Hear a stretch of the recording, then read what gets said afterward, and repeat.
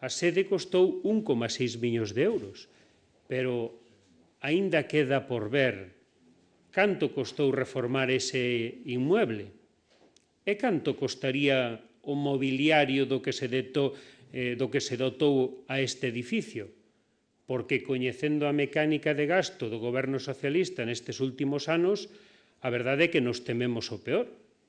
Seguramente,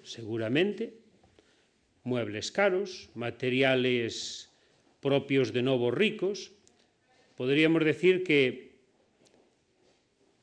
seguramente non nos equivocaremos se decimos que o estilo que teñen estas oficinas, estas novas oficinas, será o estilo de sultáns socialistas do século XXI, que é o que veu marcando precisamente o goberno nos últimos 4 anos.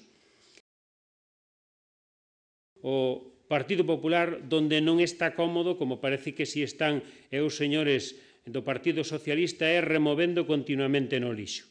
O goberno galego, dende que chegou, o que fixo é poñerse a gobernar e o Partido Socialista, xa moi metido no papel de oposición, olvidouse de que durante 4 anos foron os responsables da xestión dos intereses de todos os galegos e nese papel de oposición pois está encamiñándose por un camiño que vai, desde logo, pois por unha deslegitimación de cualquier tipo de actuación e dunha cacería directa por os diferentes responsables do goberno. O goberno malamente leva un mes gobernando, en cuanto a tempo, nin un mes prácticamente, porque moitos altos cargos nin tan siquiera chegan a un mes nas súas responsabilidades e, sin embargo, o Partido Socialista pois xa abriu, digamos, a cacería desde o primeiro día. O señor Vázquez así o dixo, que non iba nin 100 días nin un día.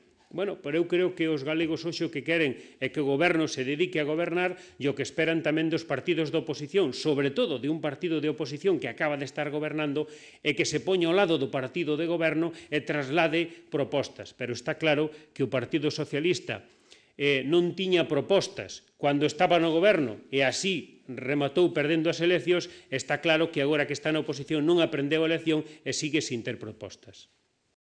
En Sogama fixéronse vertidos irregulares, deso non hai ningún tipo de dúbida, e tamén estamos convencidos de que en Sogama vai a quedar enterrado o pouco crédito que lle queda ao señor Vázquez. Creo que o Partido Socialista ten que dar moitas explicacións aínda do escándalo de Sogama, pero non só do que xa saiu, senón que quedarán moitas máis explicacións que dar do que irá saindo ao largo do tempo. Por acudir á nosa convocatoria.